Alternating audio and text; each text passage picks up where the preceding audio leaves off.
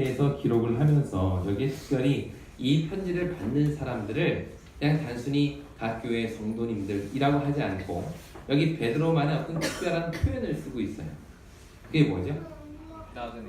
어떤 나그네예요? 흩어진 나그네. 흩어진 나그네라는 표현을 씁니다. 여기 이 표현에는 사실 베드로가 말하고 싶은 아주 중요한 의미가 담겨져 있어요. 이 수신자를 흩어진 나그네라고 표현한 데는 그런 의미가 있다는 겁니다.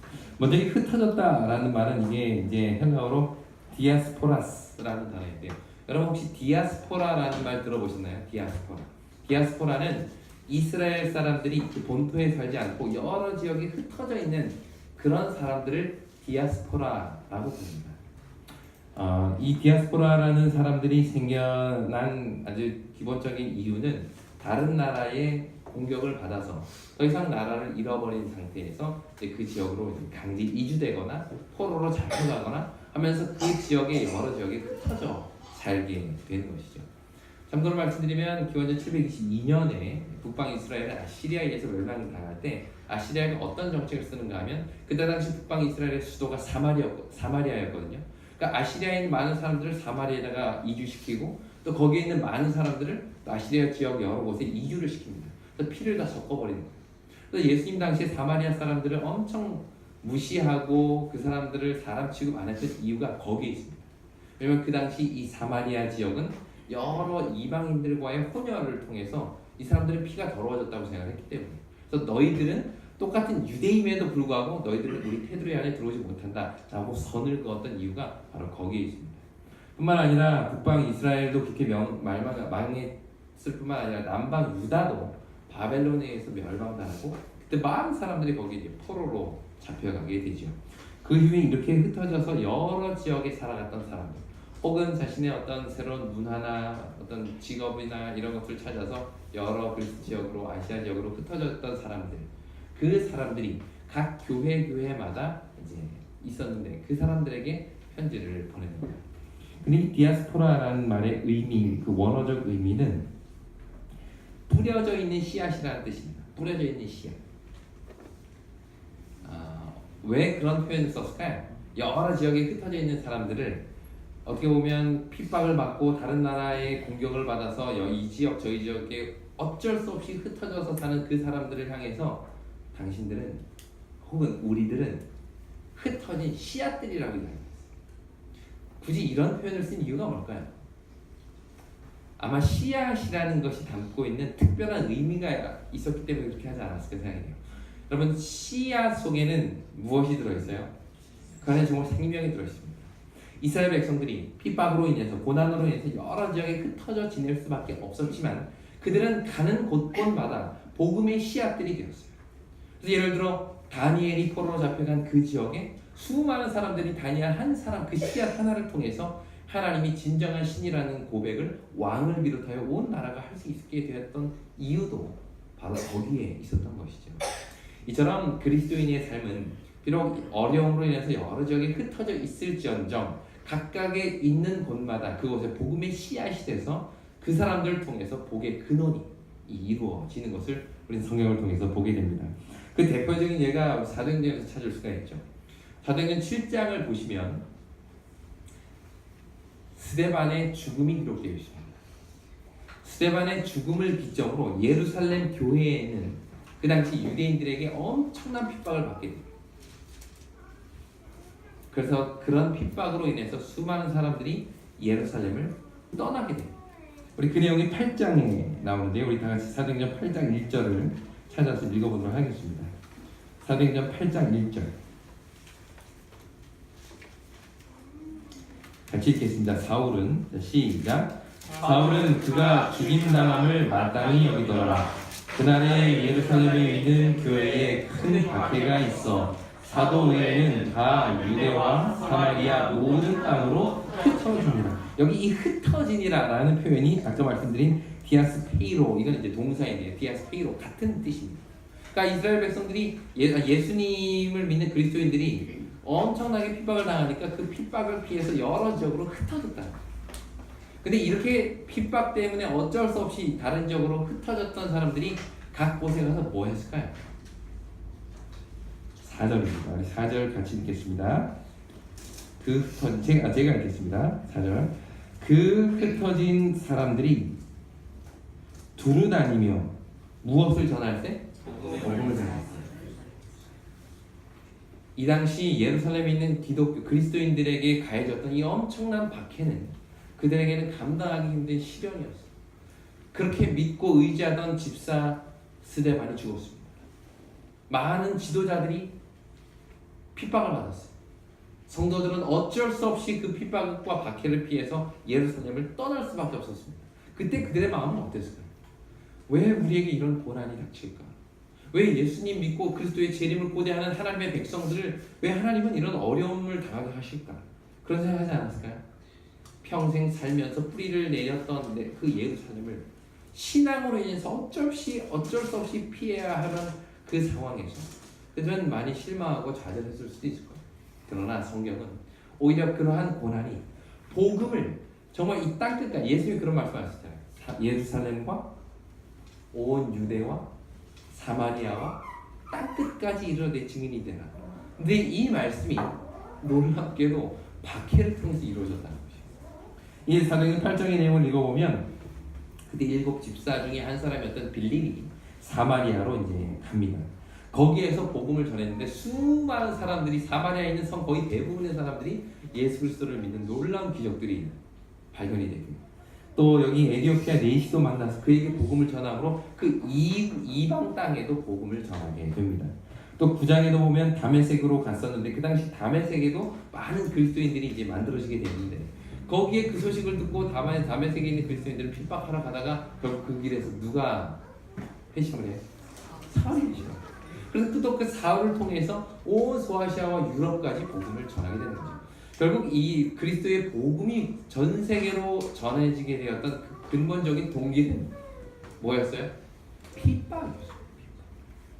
그런데 그 핍박이 오히려 복음을 전국으로 전 세계로 흩트는 아주 순풍이 되었던 것이죠.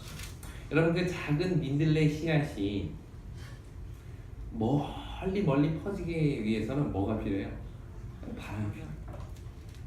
박해의 바람, 그 바람의 시련이 우리에게는 정말 견디기 힘든 일이 될 수도 있지만 오히려 그 시련이 복음의 씨앗을 더 멀리 흩어지게 만드는 그런 결과를 가져오게 된 것이죠.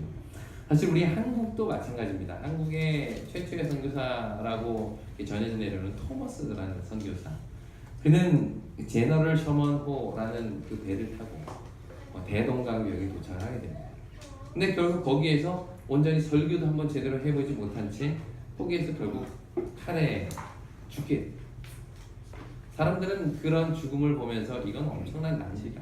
복음 제대로 전해보지도 못하고 그냥 그 젊은 나이에 죽게 되었다는 것이죠. 물론 그는 이전에 중국에 있을 때 그의 아내까지도 잃었어요. 거의 모든 걸 다 잃어버린 겁니다. 그래서 놀라운 일이 벌어지죠. 모든 사람들이 보기에 다 정말 실패한 선교 같고 낭비 같고 허비 같았던 그의 삶을 통해서 놀라운 변화가 벌어지는데요. 그때 그가 그 토머스가 가지고 왔던 또 전해줬던 그 떨어져 있었던 몇 개의 성경책을 최치량이라는 그때 11살짜리 어린아이가 그것을 가져가지고 숨깁니다. 근데 이거 가지고 있다가 발각되면 감옥에 갈까봐 두려운 나머지 박영식이라는 사람에게 그걸 전해줍니다. 근데 이 박영식이라는 사람이 이 주막을 하고 있었는데 이 종이 질이 너무 좋은 겁니다.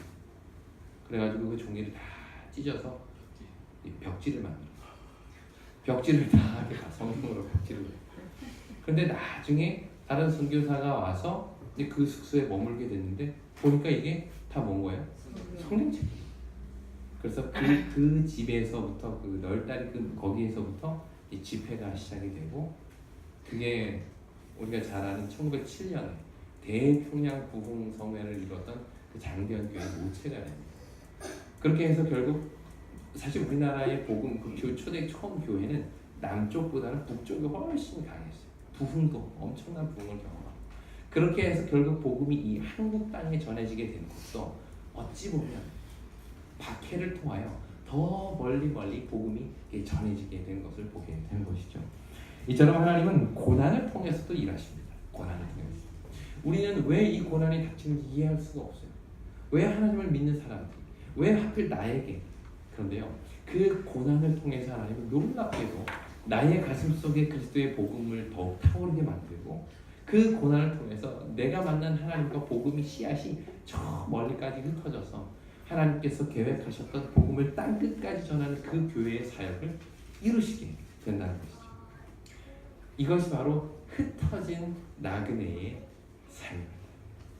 그런 의미에서 오늘 우리도 인생을 통하여 때로는 우리가 흩어지는 경험, 우리가 뜻하지 않았던 고난, 이런 것으로 인하여 왜 하나님 이런 걸 나에게 허락하실까라는 의문이 들 때마다 바로 이 흩어진 나그네에 대한 이야기를 기억하시고, 바로 내가 어디를 가든지 누구를 만나든지 그들에게 복음의 씨앗을 전하는 하나님의 귀한 자녀들이 되기를 간절히 바랍니다. 둘째로 그는 여기 이 나그네라는 표현을 씁니다. 흩어져 있다라는 표현을 조금 전에 살펴봤고, 이번엔 나그네라는 단어를 썼는데요. 왜 그는 그리스도인들을 나그네라고 불렀을까요? 나그네. 우리말로 나그네라고 번역된 이 단어는요, 원래 의미는 외국인, 체류자, 혹은 어떤 낯선 사람, 이런 뜻입니다. 이 단어는 원주민에 반대되는 단어예요. 원래 여기 살고 있는, 터를 닦고 살고 있는 원주민과 반대되는 개념으로 잠깐 들렀다가 가는 사람, 이게 이제 여기서 표현되어 있는 나그네라는 말의 의미입니다. 그렇다면 왜 베드로는 그리스도인들을 나그네라고 이야기했을까요? 나그네.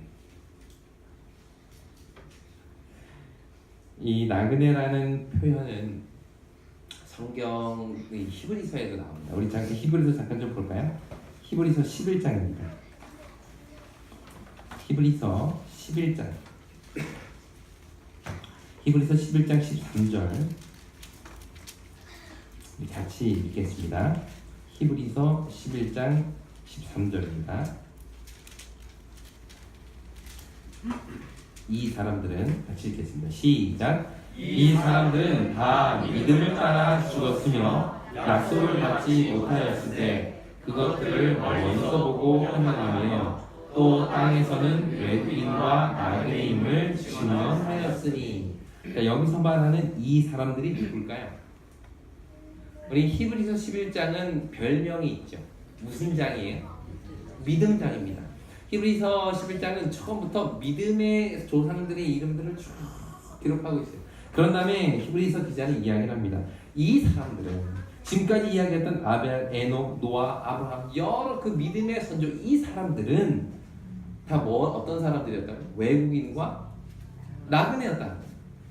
다 외국인과 나그네였다는 거예요. 그 의미가 무엇일까요? 16절에 보면 이 사람들을 나그네라고 표현한 이유는 그들이 무엇을 사모하면서 사는 자들이었다고요? 더 나은 본향을 사모하며 사는 사람이었기 때문에 그들을 나그네다라고 불렀다는 겁니다. 다시 말하면 그들이 가야 될 궁극적인 목표는, 고향은, 본향은 이 땅이 아님을 언제나 기억하고 살았기 때문에 이 땅에서는 외국인이요 나그네다라고 불렀다는 것이죠. 이게 그리스도인의 삶이라는 겁니다. 세상 사람들은 이 세상이 전부예요. 내가 이곳에서 잘 먹고 잘 살고 편하게 누리다가 가는 것이 그들의 삶의 전부입니다. 그러나 그리스도인들은 아니에요. 여기는 잠시 머물다가 가는 곳. 그래서 어찌 보면 저 멀리 하늘 영원한 본향을 바라보면서 잠시 들렀다 가는 곳이라는 생각을 가지고 이 세상에서 살아간다는 것입니다. 이것이 그리스도인들이 가져야 할 가장 중요한 이 가치관입니다. 우리는 이 세상을 어떤 눈으로 바라보아야 할까요? 우리의 삶을, 오늘 하루하루의 우리의 삶을, 나의 공부를, 나의 직업을, 내 자녀를, 우리는 언제나 이곳에서의 우리의 삶이 나그네라는 것을 기억하면서 살아야 된다. 이런 생각이 우리에게는 어떤 도움이 될까요? 나그네라는 생각으로 가지고 있는 삶이 오늘 하루하루 살아가는 우리에게는 어떤 도움이 될까요? 세상에 미련이 없어집니다. 세상에 미련이 없어져요. 여러분 세상에 미련이 있으세요? 없다고 말할 수가 없죠. 물론 그 미련이 이 세상에서 정말 온갖 쾌락을 누리고 싶은 미련은 아닐지언정, 하여튼 이 세상에서 내가 갖고 싶고 누리고 싶은 많은 미련들이 있습니다. 그런데 성경은 우리에게, 얘들아, 너희는 이 세상에서 잠깐 머물다 가는 거야. 90년, 길으면 100년. 그게 정말 긴 세월처럼 보이지만 그건 정말 잠시 잠깐이다. 언제나 그러니 이 땅에 살면서 이 땅의 일로 매몰되는 삶을 살지 말고 언제나 하늘을 바라보면서 살아라 라고 이야기를 하는 거야. 여러분 혹시 아마 어른들은 잘 모르실 텐데 우리 학생들이 하는 보드 게임 중에 브루마블이라는 그 보드 게임이 있어요. 이게 이제 미국에서 했던 것을 우리 한국으로 이제 한국 버전으로 이렇게 나온 건데 미국에서는 모노폴리라고 해서 오래전부터 아주 인기 있는 보드 게임의 고전으로 알려져 있는 게임입니다. 근데 이 게임은 어떤 게임인가 하면 서로 같이 이제 돌아가면서 이제 돈을 얼마씩 나눠줘요. 그리고 주사위를 던져서 어느 땅 나라에 도착하면 그 땅을 내가 돈을 주고 삽니다. 그리고 또 한 바퀴 쭉 돌면서 땅을 샀으면 그 다음에 거기에 또 도착을 했을 때 거기서 집을 지을 수가 있어요.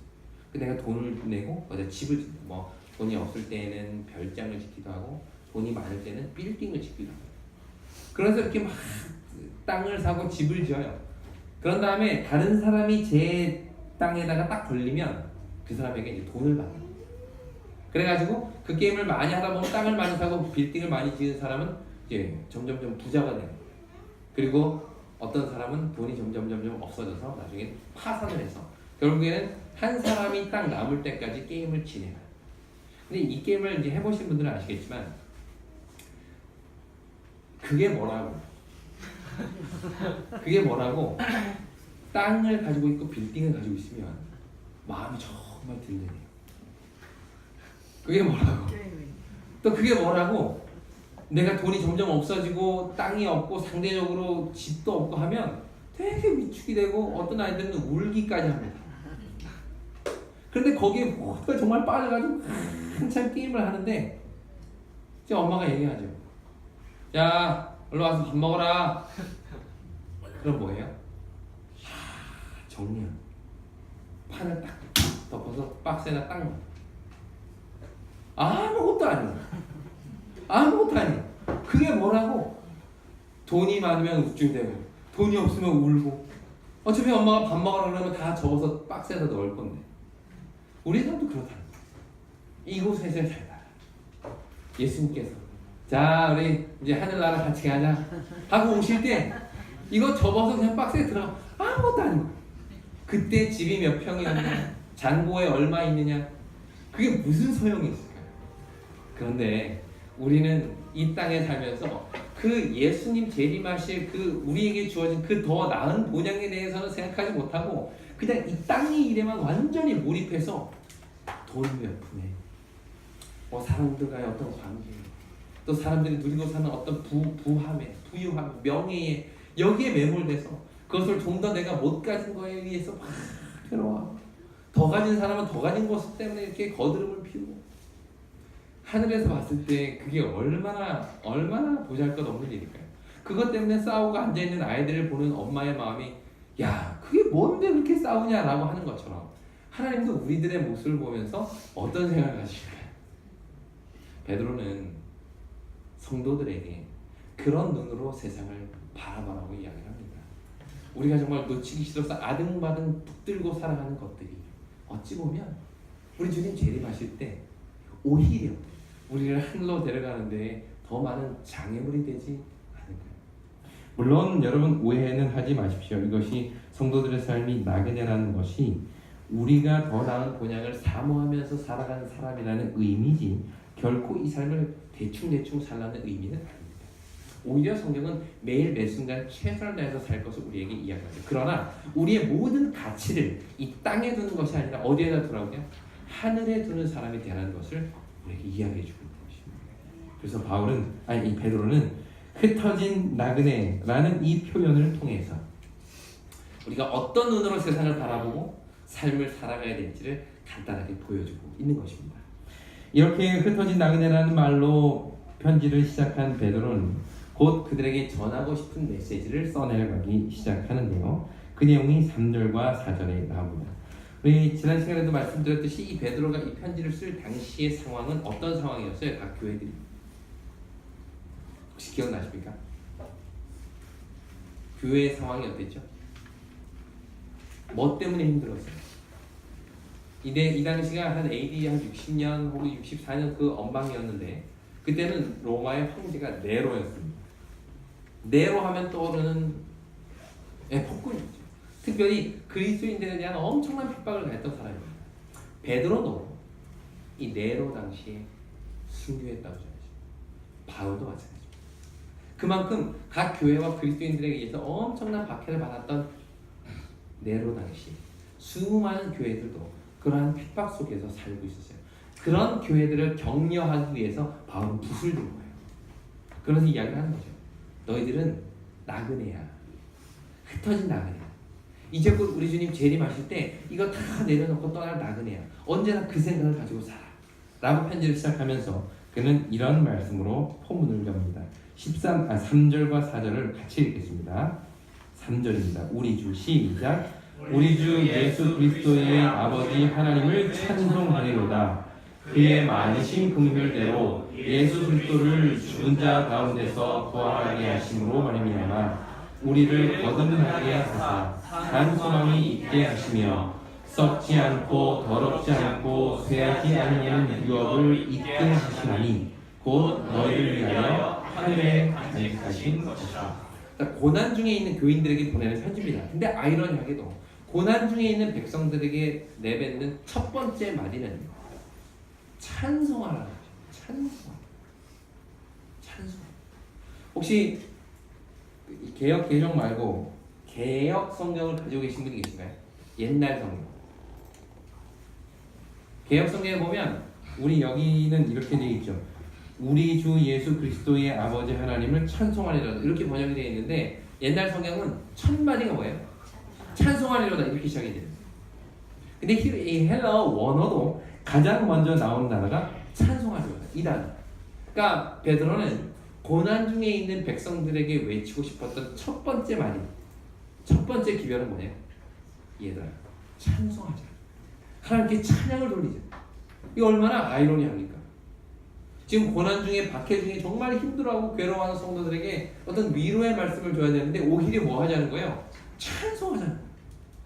여러분 정말 힘들고 어려운 일 가운데 있는 성도님들 좀 위로하기 위해서 방문해서 가장 먼저 첫 마디가 김 집사님, 오늘 가창어머님 하나님을 찬송합시다. 이렇게 이야기한다 그러면 그분들이 어떻게 받아들일까요? 아니 지금 기도도 안 나올 판에 찬송하자니 지금 정말 힘들어 죽겠는데 찬양이 나옵니까? 라고 생각하겠죠. 근데 베드로는 오히려 성도들에게 그 고난 중에 있는 성도들에게 첫 마디가 여러분 찬양합시다. 하나님을 찬양합시다. 라고 이야기하는 겁니다. 그러면서 그 우리가 하나님을 찬양할 수 있는 근거를 두 가지로 이야기를 하는데 첫 번째는 예수님의 부활을 통해 우리에게 무엇이 있게 하셨기 때문이에요? 산 소망이 있게 하셨기 때문이다 라고 이야기를 합니다. 당시 수많은 백성들이 신앙으로 인해서 박해를 받고 있었죠. 베드로는 누구보다 그러한 고난 가운데 있는 백성들의 절망을 잘 알고 있었습니다. 근데 그러한 절망 가운데 있는 사람들에게 가장 큰 복음은 산 소망은 예수께서 죽었다가 부활하셨다는 것이에요. 이게 왜 그들에게 소망이 될까요? 여러분 베드로라는 인물을 다시 한번 생각해 보시면 좋겠습니다. 우리 지난주에도 잠깐 말씀드렸듯이 베드로는 예수 그리스도의 죽음을 가장 가까이에서 경험했던 제자 중에 한 사람이에요. 예수님의 죽음은 베드로에게 있어서는 절망이었습니다. 모든 것을 잃어버리는 것이었어요. 자기의 모든 것을 내버리고 예수를 쫓았던 베드로에게 예수의 죽음은 그 모든 것이 사라지는 고난이었어요. 그래서 그 앞에서 예수를 3번이나 부인하는 엄청난 고통 가운데 있었죠. 그런데 그렇게 돌아가셨던 예수가 뭐 하는 거예요? 부활하신 거예요. 그리고 약속하시죠. 나를 믿는 자는 나와 같이 죽어도 뭐 하겠다고요? 여러분 박해받는 것에 있어서의 가장 두려움은 뭘까요? 죽음입니다. 죽음. 그 당시 많은 사람들이 자신의 신앙을 버리고 돌이킨 것은 죽음이 두려웠기 때문에. 그런데 그런 그리스도인들에게 살아있는 소망이 있다는 거예요. 그것은 바로 죽은 예수 그리스도를 다시 부활하게 하신 그 하나님의 능력이 믿음 안에서 순교하고 잠든 우리를 다시 살릴 것이라는 산 소망이 우리에게 있음을 인하여 여러분 하나님을 찬송합시다 라고 이야기하는 겁니다. 어떠세요? 하나님을 찬양할 만한 이유가 됩니까? 아멘. 세상 사람들이 가장 두려워하는 것, 그것은 죽음, 나의 죽음, 또 내가 사랑하는 사람의 죽음, 그 죽음이 우리 인간에게 있어서는 가장 두렵고 떨리는 일. 그런데 그 죽음까지도 넘어설 수 있게 하는 산 소망이 우리에게 있다는 것. 베드로는 처음부터 그 이야기를 하고 싶었어요. 예수가 부활하신 것이 자기에게는 너무나도 큰 기쁨이고 행복이었던 것처럼 그 예수를 살린 하나님의 능력이 오늘 여러분과 저를 살릴 겁니다. 박해 가운데 있지만 죽음으로 우리를 위협하지만 그럼에도 불구하고 우리는 죽음 이후에 삶이 약속되어 있음이나요 하나님을 찬양합시다 라고 이야기를 한 것이죠. 이것이 오늘 우리에게도 산소망이 되었으면 좋겠습니다. 우리 가운데는 사랑하는 사람을 잃은 슬픔을 경험한 사람들이고요. 또 정말 나 자신의 죽음의 두려움을 경험한 사람들도 있습니다. 또 혹 앞으로 그러한 여러 죽음에 대한 두려움으로 인하여 슬픔과 고통 가운데 있게 될 사람들도 있을 거예요. 그러나 그때마다 이 베드로가 이야기했던 것, 하나님 찬송합시다. 예수를 죽은 자 가운데서 다시 살리신 그 능력이 오늘 우리를 다시 살게 하는 산 소망이 우리에게 주어졌음을 찬송합시다 라는 이 고백이 우리의 뇌리 꼭 기억하게 되기를 간절히 바랍니다. 그러므로 그 힘들고 절망스러운 상황이 오히려 하나님께 찬양을 돌리는 계기가 되기를 간절히 바랍니다. 둘째로 고난 중에도 찬양할 수 있는 이유를 설명하고 있는데요. 그 내용이 4절입니다. 썩지 않고 더럽지 않고 쇠하지 아니하는 유업을 있게 하시나니 곧 너희를 위하여 간직하신 것이라. 하늘에 간직하신 것이라. 두 번째 우리가 하나님을 고난 중에도 찬양할 수 있는 이유가 뭐래요? 유업이, 하늘의 유업이 우리에게 준비되어 있기 때문이다 라고 이야기를 합니다. 여기서 말하는 유업이라는 것은요, 유산 혹은 상속되는 재산을 의미합니다. 이 당시 백성들은, 이 당시 그리스도인들은 많은 박해를 받았는데 그것이 단순히 생명의 위협뿐만 아니라 그의 모든 재산도 몰수당하는 일들이 비일비재했어요. 사실 이 땅에 살면서 먹고 살 것이 없는 것만큼 두려운 일도 없겠죠. 그런 상황 속에서 괴로워하고 있는 백성들에게 두 번째 베드로가 이야기하는 것은 너희들이 비록 이 땅에서 가지고 있는 것 모든 것을 신앙으로 인해서 다 잃어버린다 할지라도 한 가지 기억해라. 너희를 위하여 하늘에 유업이 준비되었다. 유산이 준비되었다. 상속이 준비되었다. 라고 이야기를 하는 것입니다. 그런데 여기서 말하는 베드로가 말하는 유산, 유업은 어떤 것을 의미하는 것일까요? 단순히 그것은 하늘에서 우리가 누리게 될 어떤 물질적인 축복을 얘기하는 것 같아 보이진 않아요. 우리가 하늘나라 천국을 묘사할 때 저는 어릴 때 그렇게 배웠습니다. 천국을 이렇게 소개해 주시면서 가장 먼저 떠오르는 것이 어떤 이야기를 가장 먼저 하죠? 천국은 어떤 것인가에 대해서 묘사할 때 일단 문이 뭘로 되어 있어요? 진주. 문이 진주. 그리고 거기 가면 길이 다 뭐예요? 황금길을 걸으며. 그죠? 황금길. 또 양옆에는 과실나무들이 쫙 있는데 그 과실은 어떤 과실이에요? 달마다 새로운 과실을 맺고 거기서 금면류관을 쓰고 이게 이제 흔히 우리가 기대하는 어떤 천국의 모습입니다. 그래서 여러분 한번 상식적으로 한번 생각해 보세요. 상식적으로 누가 여러분들에게 지금 이 땅에서 금괴 한 덩어리 준다 그러면 기분이 어떠세요? 너무 좋죠.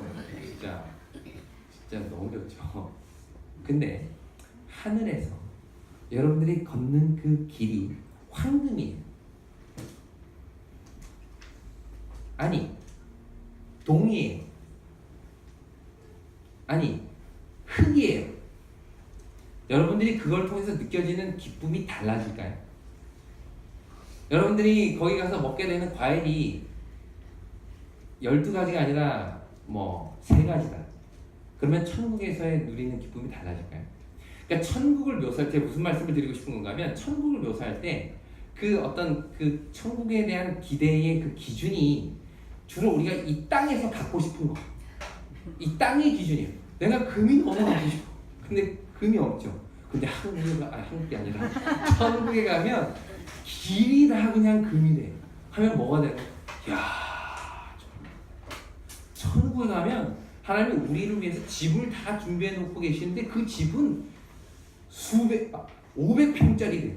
와, 제 침이랍니다. 이 땅에는 내가 진짜 20평짜리 아파트도 없는데 거기는 500평짜리 으리으리한 맨션이래, 맨션. 우리가 너무 천국에 대해서 생각을 하면서 그 천국의 아름다움을 이 땅에 우리가 가지고 있는 기준으로 자꾸 생각을 하게 돼요. 그래서 우리가 하늘에 가면 이러이러한 것을 유업으로 받겠지.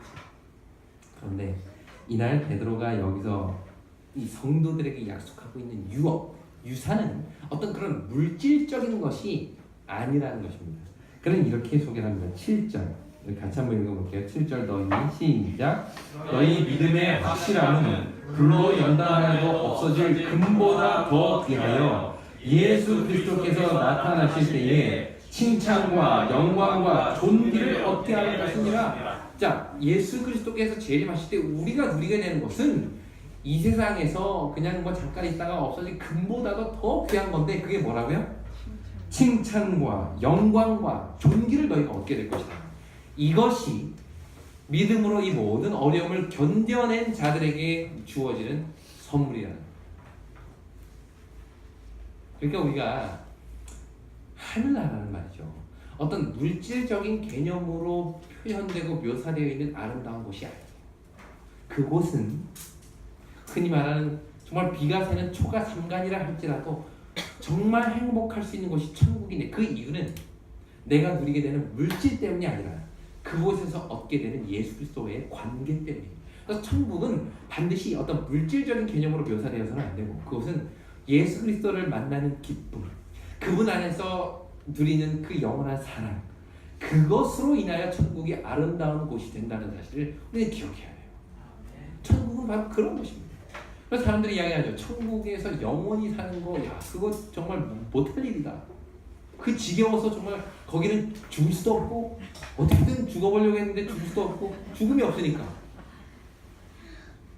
왜 그런 생각을 해요? 천국을 물질적인 것으로 생각하기 때문에. 물질은 진리입니다. 첫날은 모르겠어요. 첫날은 황금길 걷는 거 정말 황홀하겠죠. 한 달 후 그게 황금이라는 것까지 인식하며 지낼까요? 500평짜리 집에 사는 거 뭐 한 달은 즐겁겠죠. 1년 후 그 500평짜리 건물 정말 황홀하게 느껴질까요? 영원히 살아야 되는데. 천국이 아름다운 이유는 관계 때문에. 내가 만나게 되는 예수 그리스도, 그분과 영원히 지나게 되는 그 행복. 사랑은 날이 갈수록 새로워지는 것이 사랑이지 않습니까? 영원이라는 시간이 지겹지 않을 수 있는 이유는 그 영원이라는 시간 동안 날마다 그리스도의 사랑이 새롭게 우리의 마음 가운데 다가오기 때문이죠. 아멘. 여기서 이야기하는 이 세 가지, 여기 보니까 칭찬, 영광, 존귀. 여러분 이 표현을 한번 잘 보세요. 이게 어디에서 많이 보던 표현들이에요. 여기 칭찬이라는 말은 찬양이라는 말입니다. 찬양, 똑같은 단어예요. 찬양, 영광, 존귀를 너희가 얻게 될 것이다. 근데 이 세 가지는 특히 요한계시록을 읽어보면 누구에게 돌려지는 것인가 하면 어린 양이신 예수님께 돌려지는 겁니다. 계시록 5장 12절에 보면 죽임을 당하신 어린 양은 존귀와 영광과 찬송을 받으시기에 합당하다. 이게 똑같은 표현이에요. 찬양, 칭찬, 영광, 존귀. 또 계시록 5장 13절에 보면 보좌에 앉으신 이와 어린 양에게 찬송, 존귀, 영광, 권능을 세세토록 돌리시라. 자, 여기서 표현되는 이 세 가지는 예수 그리스도와 하나님께 돌려지는 겁니다. 그런데 베드로는 그것을 누가 얻게 된다는 것이에요? 누가 얻게 된다는 것이에요? 우리가 얻게 된다는 겁니다. 하나님께 돌려졌던 그 영광과 찬송과 존귀가 믿음의 시련을 견디면서 금보다 더 정결하게 되어 마침내 예수 그리스도에게 나가게 될 성도들이 바로 그것을 얻게 된다는 것이죠. 이것만큼 큰 상급이 또 있을까요? 예수님은 우리에게 이런 약속을 주셨습니다. 계시록 3장 21절에 보면 각 교회들에게 7 교회들에게 편지를 하면서 그 성도들에게 이런 약속을 합니다. 우리 같이 읽어볼까요? 계시록 3장 21절. 이기는 그에게, 읽겠습니다. 시작. 이기는 그에게는 내가 내 보좌에 함께 앉게 하여 주기를, 내가 이기고 아버지 보좌에 함께 앉은 것과 같이 하리라. 내가 이기고 아버지 보좌에 함께 앉게 되었다. 이건 뭘 얘기하는 거예요? 예수님께서 십자가에서 모든 죄를 이기시고 영광 중에 승천하셔서 하나님 보좌 우편에 앉으시는 영광을 누렸는데 그 영광을 누구에게 준다는 거예요? 이기는 자, 성도들, 끝까지 믿음 안에서 신앙을 붙들고 견뎠던 자들, 그들에게 내 보좌에 함께 앉게 하는 특권을, 영광을 주겠다. 이거보다 더 큰 기쁨이 어디 있을까요? 한번 상상해 보십시오. 이제 이 당시 교회들이 정말 신앙으로 인해서 핍박을 받고 죽음의 위험, 사랑하는 자녀들과의 이별, 또 가지고 있는 모든 것들을 잃어버리는 이 두려운 상황 속에서 과연 내가 믿음을 포기해야 될까? 과연 내가 이 믿음을 끝까지 지키면서 살아가야 될까를 고민하는 백성들에게 베드로는 오히려 여러분 찬양합시다. 지금은 정말 힘들고 어렵지만 우리에게 죽음 너머에 산 소망을 주신 하나님, 우리가 장차 예수 그리스도 재림하실 때 우리가 얻게 될 그 아름다운 유업이 우리에게 이미 약속되어 있음을 찬양합시다. 지금 비록 힘들지만 예수께서 우리에게 약속하신 이 약속 붙들고 이겨내 봅시다. 하나님께서 우리에게 힘을 주실 겁니다.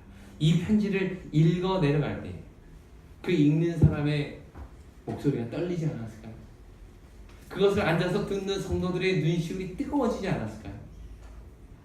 이것이 오늘 우리에게도 동일한 위로와 산소망의 얘기를 간절히 바랍니다. 이 땅에서 영원히 살 것처럼 이 땅의 것들을 붙들고 아등바등 살아가는 것이 아니라 우리에게 약속된 하늘의 위로, 더 나은 본향을 바라보고 살아가고 날마다 우리의 입술 가운데 찬양이 넘쳐나게 되기를 간절히 바랍니다. 찬양은 조건적인 것이 아닙니다.